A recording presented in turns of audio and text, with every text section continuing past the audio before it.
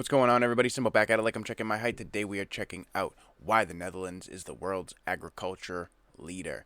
I have a funny feeling it's because you have extremely good soil, which is why we found out why tulips grow so well. There's the clay-enriched soil. So I'm extremely interested to see how this small little territory is the world's agricultural leader. That's a pretty bold statement, but leave it to the Dutch. I wouldn't doubt it. Honestly, seriously, at this point, I wouldn't doubt it. Yeah, if you guys want to get your requests up here as well, make sure you check out the Google form down in the description below, and definitely hit up the Creator Consortium. We're in there constantly filming live reactions. And as always, if you guys enjoy this, make sure you go show your support to the creator. Let's go.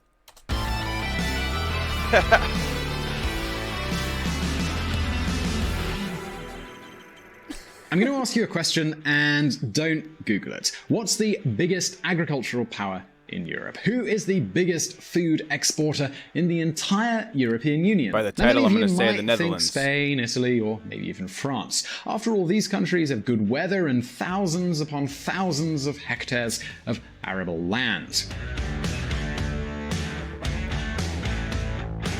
None of these countries, though, comes close to the Netherlands, also known as Holland. To give you a better idea, the Netherlands is almost the largest food exporter in the world, second only to the United States. And this is kind of a surprise because we're talking about a country here that is so small they had to build dams to reclaim land from the sea. In fact, it's one of the most densely populated countries in the world. To this, we need to add the fact that they are one of the richest and most modern countries on the planet. The first stock market was created in Amsterdam, and I'm sure all of you know Dutch companies like Shell, Philips, or the bank ING. Which is probably why we have it in New York. Because that used to also Normally, be when a country Dutch. has many industrial or service companies, agriculture is placed on the back burner. So now you might be wondering, well, why? Why is the Netherlands such a big food producer? Well, imagine that we have a piece of land, for example, say in Spain, that measures 1 hectare. If we use it to plant potatoes, we can earn between 7,000 and 8,000 euros per hectare. Now imagine instead the amount of money that we could earn if we used that area to build a factory or an office building. When you do that kind of math, it quickly becomes clear why countries move away from agriculture. Well, despite all of this, Holland is the world leader of potato exports, above France, above Spain, above even the USA.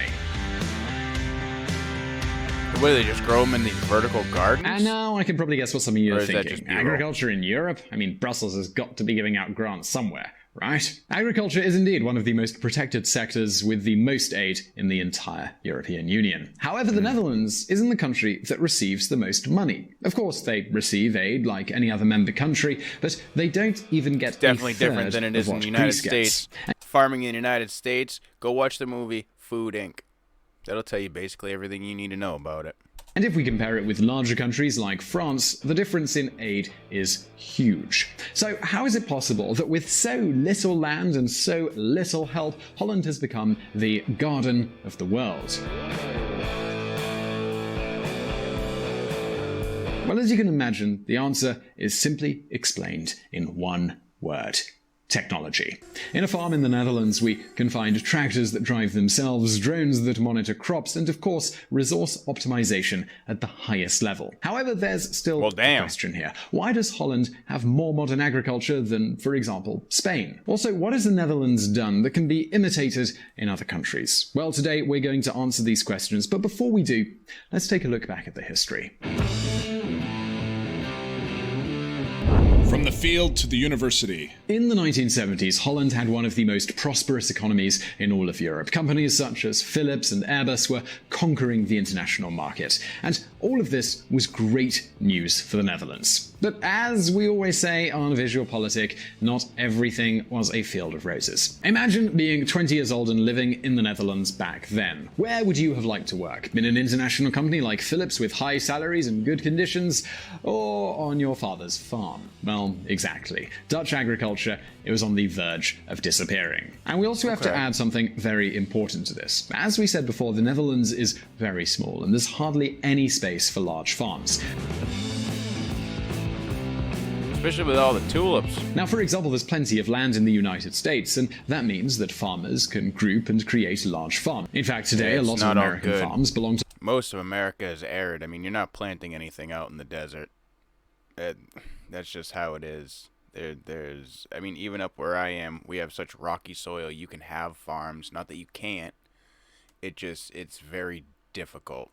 There's very few places that you can have a thriving farm because the soil is already rich with nutrients, and you get regular rain. The weather stays decent throughout the year. Like, large corporations. This means that they can scale investments and buy, for example, planes to fumigate huge areas of land. However, in the case of the Netherlands, farms are small with an average size of around 7 hectares, making large investments really very complicated. To make matters worse, by the 70s, Dutch salaries were already much higher than in other European countries. In other words, unlike the farmers in southern Italy, the Dutch couldn't compete with low prices. And you might be wondering now, why did they need agriculture?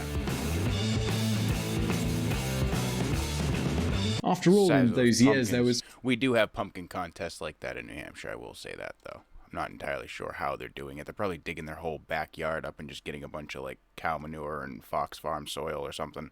Already a certain degree of international trade. The Netherlands could import food while they manufactured televisions or airplanes, right? Well, yeah, that is right. And from a purely economic point of view, they could have easily let go of their primary sector. Well, the reality is in life, not everything is just the economy. And in Holland, farming associations have a lot of power, more so than in pretty much every other country. For example, in many other countries, they have...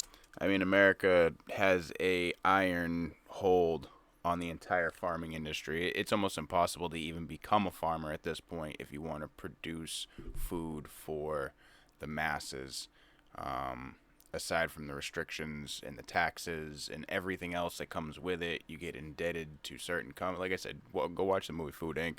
Awesome documentary. It's a little dated at this point, but it's still not far from the truth. Something called the Social Dialogue Table, which is an organization where the government, employers, and unions meet. Well, in the Netherlands, they have something similar. But along with employers and unions, farmers and rancher associations are also well represented. Not so much here. And in the 1970s, Dutch farmers and ranchers weren't willing to change jobs. So, consider yourself put in this situation. Holland had to maintain its primary sector at all costs, but at the same time, all of the odds were stacked against them. At this point, I know what you must be thinking. They did grants. The solution would be to simply give subsidies to farmers so they'd stop protesting, right? I mean, this wouldn't exactly be the first or the last time that such policies have been applied. But the Dutch government, they actually had other plans. Now that they had to maintain their primary sector, they wanted to do it well. And since they couldn't reduce salaries or group farms, there was only one solution left, and that was to improve productivity. That is, getting the farmers to produce more and better food. Well, how did they do it? Well, that's exactly what we're going to look into right now. Haha, pumpkin hat, let's go. The University of Wageningen. You've probably heard this sentence 1,000. What did he say? The University of Wageningen? The University of Wageningen. You've probably heard this sentence 1,000 times. Okay. Silicon Valley wouldn't be what it is today if it weren't for Stanford University. It's the mecca on research for everything that has to do with electronics and telecommunications. But they don't only do research, they also train the best computer scientists in the world, and when those computer scientists leave the university, they go directly to big companies like Google, Apple, and Tesla. Well, as far as agriculture is concerned, the mecca of innovation isn't actually in the US, but it's in the Netherlands. Of course. Of course it is. We're talking about the University of Wageningen, also known as Food Valley. Many of you might not have heard about this university. That's because they only work in the world of agriculture.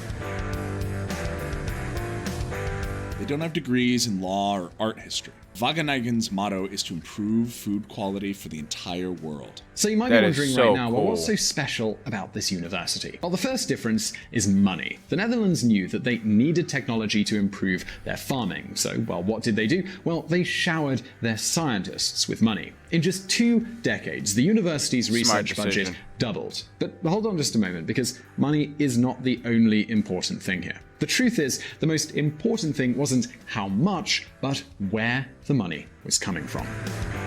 Okay. You see, in many European countries and in most of Latin America, there's a very clear line that separates public and private universities. Public universities are funded from the state. Of course, they can have some sort of collaboration with private companies, but that's not their main source of funding. Wageningen's case is different. 50% of their money comes from the government, 25% from the university's own income, and the last 25% from private companies. And I can probably guess what you're thinking right now. Private companies funding a university? Does this mean that the university is private now? Well, no, but it does bring a great advantage. It allows the university to be connected with the rest of society. Yeah. That's amazing. When we were preparing this video, we had a phone call with a farmer called Cesar Bravo in Spain. More specifically, he's from the Canary Islands, and we asked him about how agricultural modernization works. Now, you might not know this, but livestock is actually very important in the Canary Islands, especially goats. They have a specific type of goat there called the Palmer goat, which is unique from any other breed in the world. There are actually several institutes and foundations dedicated to studying this specific type of goat. However, as Cesar explained, practically none of the studies are actually useful to farmers. Why? Why? I mean, think about it. If you have a goat farm, what kind of research do you really need? As a farmer, you want to know how to produce more and better milk. Studies on how to better feed the animals, dietary supplements, or even genetic engineering are useful. Well, if you go to the ICIA website, for example, which is the Canary Institute of Agricultural Research, you won't find anything like that. There are tons of academic articles that explain the breed origin of the Palmer goat, whether it's related to other goats in Morocco or Tanzania, or if they existed during the Middle Ages. But practical usage? Kind of zero. Meanwhile, according to the Times Higher Education ranking, Wageningen's studies are the most cited in their field. But that's not all. I bet you can't guess what the university's official language is. Given that it's in Holland, you'd probably be thinking they would be speaking Dutch, right? Well, no, not at all. We're talking about the capital of agricultural research here. And because of this, more than 40% of the students and research staff are foreign. No matter where you're from, if you have a talent in agriculture, you can get a place at this university. That's cool. Record numbers of foreign students at Dutch universities of technology. Because of this international makeup, the official language of the university is English. That explains why Wageningen is, for example, a pioneer in LED lamps for greenhouses, which allows for the creation of precisely controlled artificial microclimates. Thanks to this, the Netherlands is one of the leaders in tomato. LED lights were such a huge, victory for the indoor grower or for the home grower, someone that lives off of small gardening. You know what I mean? High pressure sodium bulbs give off a lot of heat, and it's something that you have to have fans, and then if there's outside temperature or moisture or stuff like that, it can really throw a lot of things off, especially if you had droplets of water, let's say, inside of your room that you're growing in, and this lamp is giving off a lot of heat. It's going to turn into moisture, and now you're going to have mold places that you don't want it. So in order to keep it clean and dry, you have to eliminate the heat, and LED bulbs definitely do that. Controlled artificial microclimates. Thanks to this, the Netherlands is one of the leaders in tomato growth, even though, in natural conditions, tomatoes would never grow in such a cold country. And there's more here. In a country like the US, farmers need about 126 litres of water to grow 1 kilogram of tomatoes. Well, thanks to this university's research, now one can produce the same amount with just 8 litres of water. This is an incredible amount of saving in both economic and ecological terms. But hold on a minute here, because research is good, but it isn't really worth anything if it stays within the university. And in that regard, the Netherlands is again a great example of how things are being done right.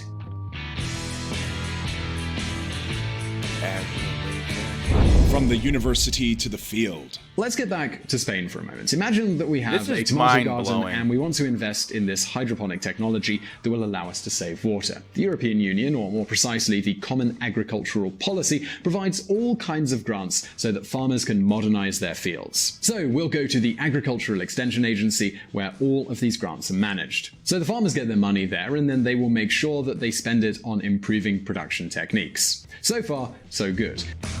See, that's the difference. Here in America, they probably line their pockets. But how do farmers know which machines to purchase? One would think that the farmer would know better than anyone what their lands would need, but the truth is that the agricultural world evolves as quickly as internet companies. And if nobody advises the farmer, they'll have to find the information out themselves. Well, that's the situation in which almost every Spanish farmer has found themselves. There's a huge gap between the university and the field. The Dutch case, though, is entirely different. In the Netherlands, they have the so-called Agricultural Council officers. That means that there's someone there who will explain to the farmer what type of machine they need to buy and what technologies are best suited for their type of crop. Oh, you mean so they don't just let you struggle? Imagine that. And what's the result of all of this? Well, Dutch fields look nothing like those in any other country. While most European countries consume tons of antibiotics for their animals, the Netherlands farmers are already using the most advanced veterinarian techniques in such a way that they can prevent diseases instead of curing them. The same happens with plant pesticides. In this country, they noticed that if they use drones to monitor the crops, they can control each and every one of the vegetables and prevent them from becoming infected. And in a country where almost half of the crops are irrigated, they have managed to decrease their water consumption by almost 90%. Further, agricultural product exports surpassed 92 incredible. billion euros last year. And not only that, Holland is also making money by exporting their technology. The United Arab Emirates goes Dutch to ensure their food security. So the question now becomes, do you think other countries can import these kinds of policies? How far can the technologies wish developed in America would Holland import go those policies to feed if they the haven't rest of the already? world? Well, leave your answer in the comments below. And before we finish, I'd like to thank Caesar Bravo. There's definitely a good chance that we have already adopted some of these policies, because I know we have some... the self-driving tractor. I mean, I've never seen one, I've just heard about it, so who knows if we actually have it or not, but America definitely needs to adopt this stuff if they haven't started to already. And Angel Gargo from AGQ Nutrition for helping us with this video. And if you're Shout out to interested them. in this subject, we'll soon be releasing another video explaining the Common Agricultural Policy that we mentioned in this video in depth. Also, don't forget to visit our friends at the Reconsider Media podcast. They provided the vocals in this video that were not mine. And as always, do that's remember that cool. we publish brand new videos every week, so hit that subscribe button and you won't miss a post. Hey. And if you like this video, give it a thumbs up. I'm already And as always, subscribed. I'll see you next time. If you guys aren't subscribed And if you yet, want to learn definitely more about make sure you politics go and and hear subscribe. even more of my Let's finish lovely this video voice, up. you can join us at Reconsider Media. We have a podcast at reconsidermedia.com/podcast. See you there. All right, definitely let me know what you guys thought about this one down in the comments below. I see a DeltaWorks video. That could be pretty cool. I'm definitely interested in learning more about the Netherlands. I mean, I can't get enough of the DeltaWorks stuff. It's so cool. I mean, you've basically figured out a way to use Mother Nature against itself and then harness it to create more for yourself. Like, there's so much ingenuity and amazing things that come out of the Netherlands. Like, shout out to you guys, seriously. It's so cool watching all of this stuff and how you've changed the whole world from this small territory that you continually build for yourselves.